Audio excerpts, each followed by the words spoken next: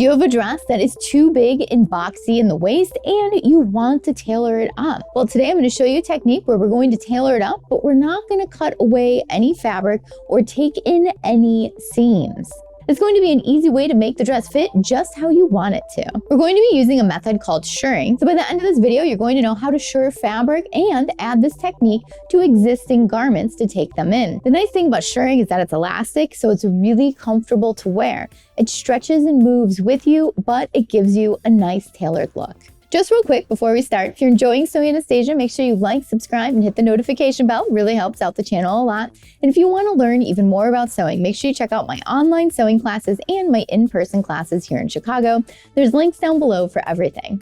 Now let's get back to taking the sack and making it tailored. So when I'm adding the shirring, I'm going to be adding it right above the pleats that are in this dress. So that way it's going to make the dress come up to the waist and it's going to give it a little bit of a blousey effect, but yet it's still going to take it in and cinch it in so that way we have a nice waist. You can really add this anywhere on a dress or a shirt or any sort of garment. You could even add it right here just in the waist so that way it takes it in the waist and we still have a drop waist skirt. But I really want this to have a natural waistline. So I'm going to be adding the shirring at the bottom, which is going to cinch it up. So now we need to figure out how much shirring do we need to add to the garment. Because you can shirr it all the way around, you can shirr it just on the sides, you can shirr it just in the back, you could even shirr it just in the front. So if you have a lot of fabric to take in, I would suggest going all the way around the garment. So like this one here, if I pull this up to the waist, we can see I've got about 2 feet of fabric that I need to shirr up. So I'm going to be going all the way around the circumference of the waist on the garment so I can really gather in all of that fabric through shirring. Maybe if I just had like a few inches that I needed to take it in, I would just do it in the back of the garment, or I would just shirr it on the sides of the garment, taking it in evenly on the sides with little panels of shirring. I'm sure you've seen this on vintage garments. They used to do it all the time. They would do little elastic shirrings on the sides. Now let's get this dress off the dress form and talk about how to shirr and how to adjust all your tensions and settings so that way you can really control your shirring, depending on how much you want to take it in or how little you want to take it in. Before we go into all the details about shirring, let's talk about the supplies we need. We need some regular thread and we need some elastic thread. Now all this elastic thread is made differently. Some of it's stretchier, some of it's not as stretchy, some of it's thicker, some of it's thinner. You might need to play around with a few different types to get the perfect one. So we're going to be taking in the dress right here. So we're gonna snatch up that waist, but I really like this dress. So we are going to test out the shirring settings on some scrap fabrics to make sure we get the perfect settings. Let's head over to the sewing machine and set up everything for shirring, and then go over how to adjust the settings to get the perfect amount of shirring. The trick to getting shirring is taking elastic thread and winding it on the bobbin. When you're winding it on the bobbin by hand, do not stretch it and wind it. You just want to keep normal tension on it and wind the thread around the bobbin. So I'm just going to be winding the bobbin here by hand. And I'm doing this so it doesn't stretch out if I was to wind this in the sewing machine with the tension disc, or it might make it like too loose. So I am just winding this up. So I got this extra thread here from when I started winding. I want to get rid of that so it doesn't get caught. So now it's secure. So now I'm just going to keep winding. I'm going to wind a full bobbin since I'm doing that entire dress. Now that we have the bobbin fully wound, we're going to insert it into the machine, and we're going to do this like normal, as if it just had thread wound on it. Now the important thing is to make sure you really get it in that little tension spot when you're putting in the bobbin, because if your bobbin thread isn't getting tension on it, this will not work. Let me show you how. So I'm gonna drop my bobbin in, and now when I'm threading my bobbin, so my little slit here, which is essentially like my tension spot for the thread, I'm gonna hold the bobbin, take your elastic, pull it over to the left, and really make sure it's in that tension spot for your bobbin. Because if it's not, this is not going to work. Before you put the lid on for your bobbin, I want you to get the elastic thread through the little opening here, because even if you have a machine that automatically brings up the bobbin when you start sewing, sometimes it doesn't like to do that with the elastic thread. So take your hand wheel, pull it towards you, hold your top thread, and it's going to pull that elastic up to the top. So there's my elastic thread in the bobbin, and now I can go ahead and put on the lid for my bobbin. And you're using your regular thread for your top thread. To start testing this out, I'm going to leave my standard machine settings on, straight stitch, stitch length 2.5. Now when I start this, couple stitches forward, you can add back stitches, just a couple, and then continue forward. And you should notice your fabric start to gather up slightly.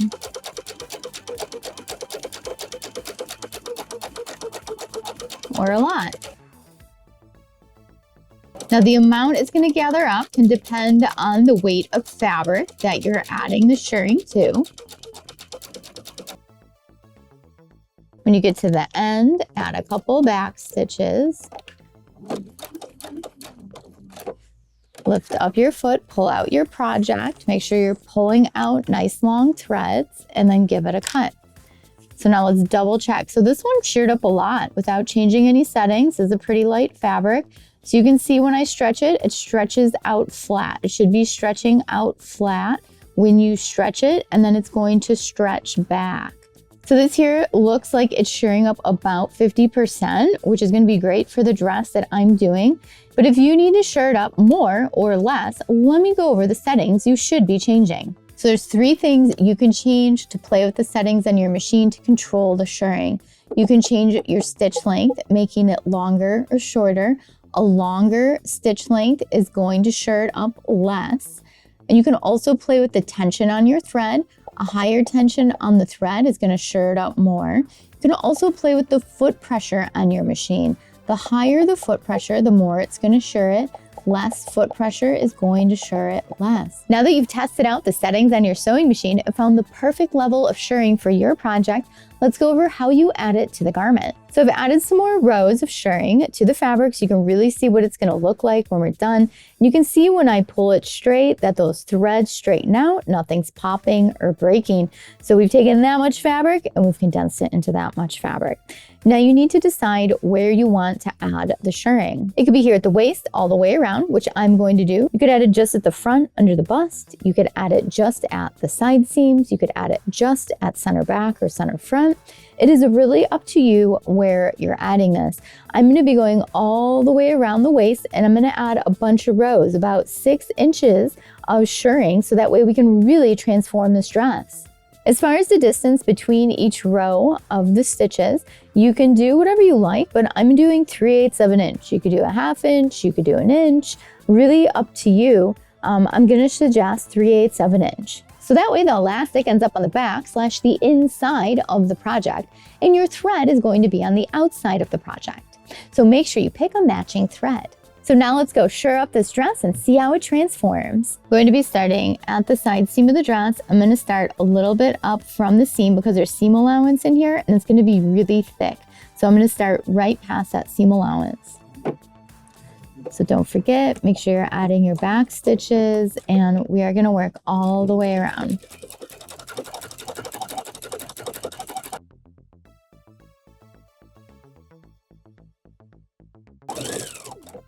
So now I'm coming up to where I had started before. Overlap my stitches a little bit like normal. I'm going to add my back stitches. And then remember, pull out your project. Don't use your cut button if your machine has a cut button. So now before we start again, I'm just going to make sure I cut all my threads on the top so that way I don't get anything tangled up in there. And now you can already see how this is scrunching it together. So now we're going to go through and add more layers. I'm going to line up the right edge of my foot with that last row of stitches as a guide. If you're doing wider rows, like 1 inch apart, you can always chalk on the lines, and you should do that before you start shirring.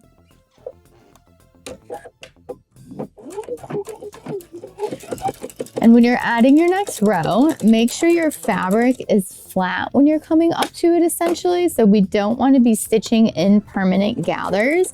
Otherwise, it's going to make it take in, but it's not going to allow it to stretch. So you should still be sewing just into flat fabric. It just should be stretching it out and gathering it as it's shirring it.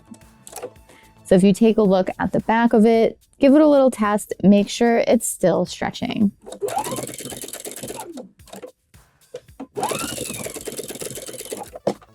And just keep working your fabric around your machine.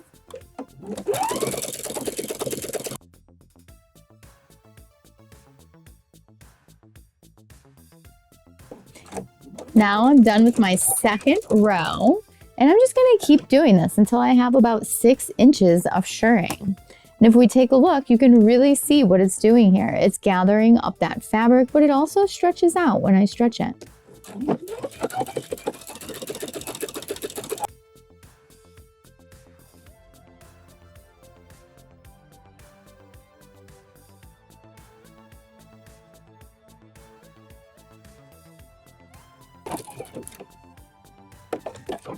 And now we are all done shirring.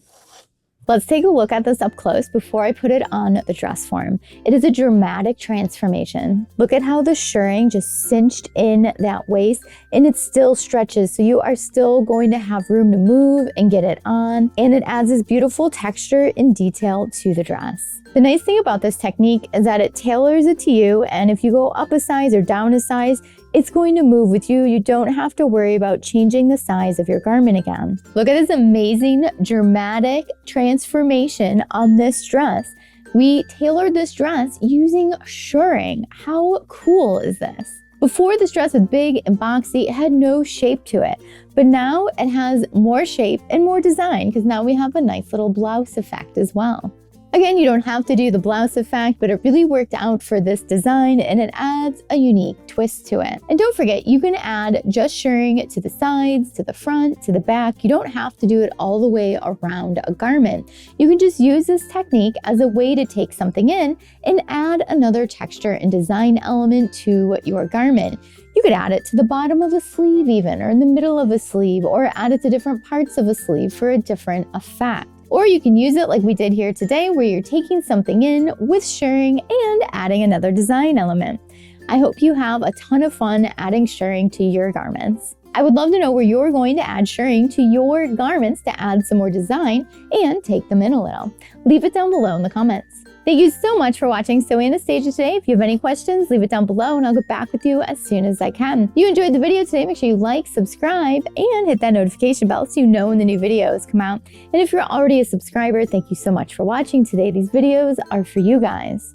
And I'd love to know what other kinds of upcycling and tailoring videos you'd like to see. Leave that down below in the comments. And if you'd like to learn even more about sewing, make sure you check out my online sewing classes and my in-person sewing classes here in Chicago, my design studio. There's links down below for all of that. And we even have an online sewing club where you get a pattern every month with all kinds of sewing lessons. So make sure you check that out too. And if you're not already following us on Instagram, well, make sure you join us on Instagram so you know what's going on in the studio every day. Thank you so much for watching today. Bye!